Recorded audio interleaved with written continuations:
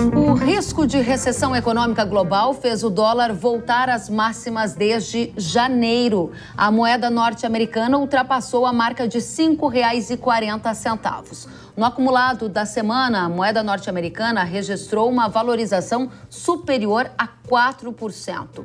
A alta de juros em diferentes países para conter a inflação é um dos efeitos apontados como potencial freio para as economias. A eventual diminuição de demanda fez o petróleo cair 6% e operar abaixo dos $100 o barril, o que não acontecia há meses. E para abordar o cenário econômico, os impactos para o agronegócio e todos os detalhes em uma análise aqui no Hora H do Agro, eu vou conversar com um economista e pesquisador do Centro de Estudos do Agronegócio da Fundação Getúlio Vargas.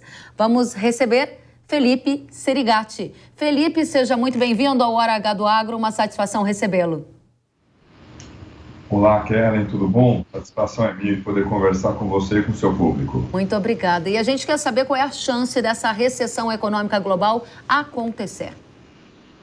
Bom, então vamos lá. Em termos de recessão mesmo, ou seja, o mundo ficando menor, a economia mundial encolhendo, essa chance, por enquanto, ela é pequena. Mas o cenário que está mais claro diante de nós é de uma desaceleração, ou seja, o mundo vai crescer, no entanto, vai crescer menos. Naturalmente, isso gera reflexo em diversos ativos, para diversas economias, para diversos mercados, inclusive para o universo agro brasileiro. O agronegócio, então, deve sentir os reflexos dessa desaceleração econômica. De que maneira é possível, eventualmente, avaliar algum efeito na formação de preços de commodities agrícolas, como soja, milho, trigo e outras? Sem dúvida alguma, Kellen. Na realidade, nós já estamos vendo esse ajuste, né? Quando a gente, então, ao longo da semana, e não somente agora, na realidade, pelo menos desde o dia 10 de junho, quando ficou claro que a inflação de serviços nos Estados Unidos estava muito apertada, estava muito acelerada, o mercado já está precificando um desaquecimento de um lado da economia norte-americana, do outro lado, seja diretamente porque a Europa também está passando por uma inflação elevada, seja pelos efeitos de segunda ordem. Essas regiões crescendo menos fazem com que o mundo cresça menos. Então, está aí quase que para completar um mês, o mercado já está precificando essa desaceleração e as cotações das commodities têm operado em patamares cada vez mais inferiores. Naturalmente, como a demanda para o agro ela está preservada, então, olha, independente do que aconteça com a economia mundial, a demanda por café, a demanda por grãos não vai reduzir fortemente. Quando a gente olha para a demanda por proteínas animal, essa demanda tem muito fundamento.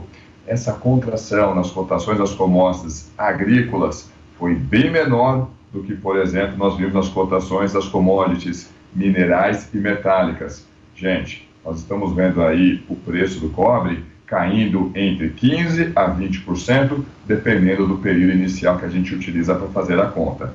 Enfim, o agro deverá sentir impacto? Deverá. Forte, tal qual, por exemplo, a Vale do Rio Doce deve estar sentindo? Não, de maneira mais intensa. E ainda assim, olhando para o agro brasileiro, para o preço em reais, parte dessa queda ela é compensada por uma elevação do dólar no nosso mercado cambial. Exatamente, esse é um ponto importante para a gente deixar claro aqui para a nossa audiência, né? O Felipe está dizendo que por tratarmos de alimentos, por tratarmos de commodities agrícolas, estamos em um dos setores que potencialmente será mais resiliente, menos afetado do que outros setores nesse cenário eventual de uma recessão. Agora, a gente vai partir para o dólar na sequência. Antes, eu gostaria de entender se, na sua avaliação, o Brasil está na contramão desse processo de desaceleração que a gente vê nas economias globais. Por quê? A economia brasileira deu alguns sinais de recuperação, seja com queda na taxa de desemprego ou ainda uma elevação no PIB para este ano, projetada pelo IPEA, de 1,1 para 1,8. Isso significa que a brasileira a economia está se descolando do contexto mundial? Você acredita em uma retomada econômica a partir de agora? Conta pra gente, Felipe. Então, não diria que é um descolamento da conjuntura internacional, mas o que nós temos? Agora, olhando para o curto prazo, existe um conjunto muito grande de estímulos que o governo tem lançado justamente para tentar sustentar a atividade econômica. Parte desses estímulos, eles não são sustentáveis e parte deles, inclusive, tem uma data pré-determinada para acabar, dia 31 de dezembro. De outra forma, quando a gente olha para 2022, boa notícia, o filme para a economia brasileira, a fotografia para a economia brasileira, ela é boa. Então, o mundo falando em desaceleração e a gente está revisando as nossas projeções de crescimento para cima. Talvez encerremos o ano com a economia crescendo a 2%. No entanto, quando a gente olha a partir de 2023, nós temos aí uma realidade a ser digerida. Felizmente, nossos problemas, eles não vêm lá de fora. Então, quando a gente olha para a conjuntura internacional e o mundo olha o Brasil fortemente como um fornecedor de commodities, de fato, a nossa demanda, os nossos fundamentos são mais resistentes. Agora, os nossos problemas vêm aqui de dentro. E aí a grande questão é justamente essa. Sociedade brasileira, será que nós conseguiremos apertar os nossos parafusos para que a gente possa reorganizar a nossa economia a partir de 2023? Isso é uma questão em aberto e, naturalmente, essa incerteza reflete justamente no valor do dólar no nosso mercado cambial. Muito bem. Você trouxe alguns links importantes. Pode ser, inclusive, que a economia do Brasil termine o ano com crescimento de 2%, foi o que o Felipe colocou aqui para a gente. Trouxe os desafios internos. E esses desafios internos, trocando em outras palavras, podem ser entendidos também como os desafios fiscais, que, na avaliação de alguns economistas ao longo dessa semana, ajuda a explicar por que o dólar chegou a mais de R$ 5,40, renovando as máximas desde janeiro. Olhando para desafios internos, que foi o seu ponto, temos eleição, temos riscos fiscais e o cenário global mais turbulento. Qual a projeção que vocês aí na GV enxergam para o dólar de agora em diante? É mais altista? Que tipo de impacto isso traz para o agro? Então, a questão do dólar, para onde o dólar vai, gente, é algo completamente em aberto.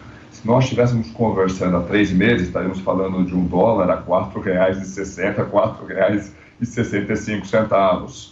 Se a gente estivesse conversando, talvez na terça-feira, nós estaríamos falando de um dólar a mais de R$ 5,46. No momento em que a gente está conversando agora, o dólar está operando a R$ 5,29.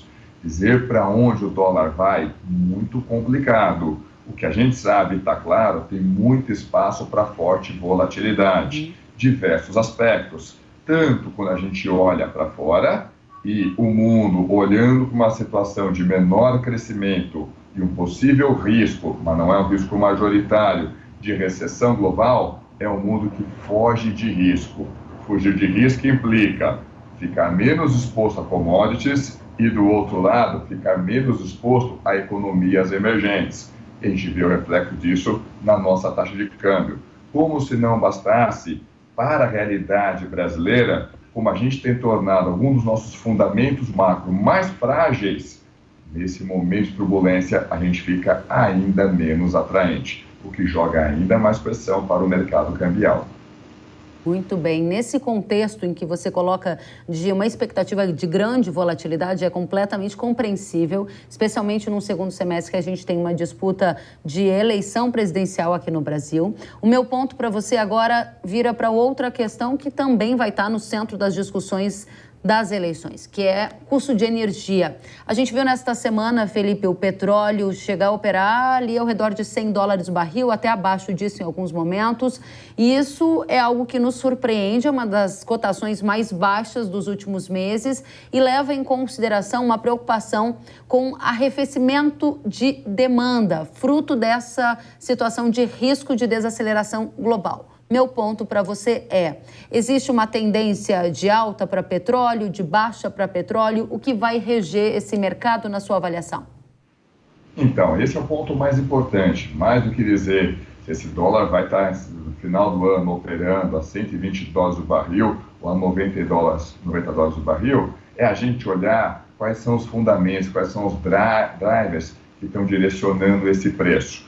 Vamos lá, qual que é o principal driver que está fazendo com que o preço do barril do petróleo teste alguns pisos? Justamente a perspectiva de desaceleração da economia mundial. Um mundo que cresce menos é um mundo que demanda menos energia, demandando menos energia, reduz a pressão sobre o preço do petróleo. No entanto, esse mercado está pressionado não apenas por questões econômicas, mas por questões geopolíticas. Por exemplo, o conflito no leste europeu. E ninguém sabe quanto tempo e quais outras dimensões que esse conflito poderá tomar. Isso, naturalmente, gera incerteza para o mercado do petróleo. O que o mundo está esperando olhando para o mercado do petróleo? Que o petróleo caia. Um petróleo mais barato significa custos de produção menores, menor pressão sobre a inflação, o que leva os bancos centrais a uma necessidade de menor aperto monetário, menor desaceleração para segurar a inflação. Quando a gente olha agora para o Brasil, é importante a gente ressaltar, mercado de energia aqui no Brasil é um pouco diferente. Lá fora, Estados Unidos, Europa, é muito comum a gente ter misturado mercado de energia elétrica com mercado de combustíveis. Aqui no Brasil, não. Nosso mercado de energia é fortemente condicionado por hidroeletricidade, que está fortemente associada, vamos dizer assim, ao bom humor ou não de São Pedro. Se São Pedro mantiver o bom humor que teve ao longo do primeiro trimestre desse ano, a gente pode manter a nossa tarifa de energia em patamares menores, como a gente tem desde a virada de abril para maio. Boa notícia. Com relação ao mercado de combustível, vai depender do petróleo? Vai. Só dele? Não, vai depender também justamente da taxa de câmbio. No momento que a gente conversa, a defasagem do preço do óleo diesel lá fora, comparado com o preço aqui dentro, ela está menor, apenas de 5%. Mas veja que, se tiver uma forte pressão novamente sobre o dólar, essa defasagem pode aumentar e causar todas as turbulências que a gente tem visto, pelo menos nas últimas 3 semanas. Excelente. Para fechar o nosso ponto aqui com a audiência, que quer muito saber sobre tendência de petróleo, obviamente de dólar você também já colocou, para tentar projetar custo de produção, já que combustível é um dos itens que mais pesa no custo de produção da propriedade rural. Objetivamente, você acredita que agora que o petróleo bateu $100 o barril, ele pode assumir uma curva de queda ou não? A tendência ainda é de uma elevação nos custos de energia à medida que a guerra na Ucrânia continua?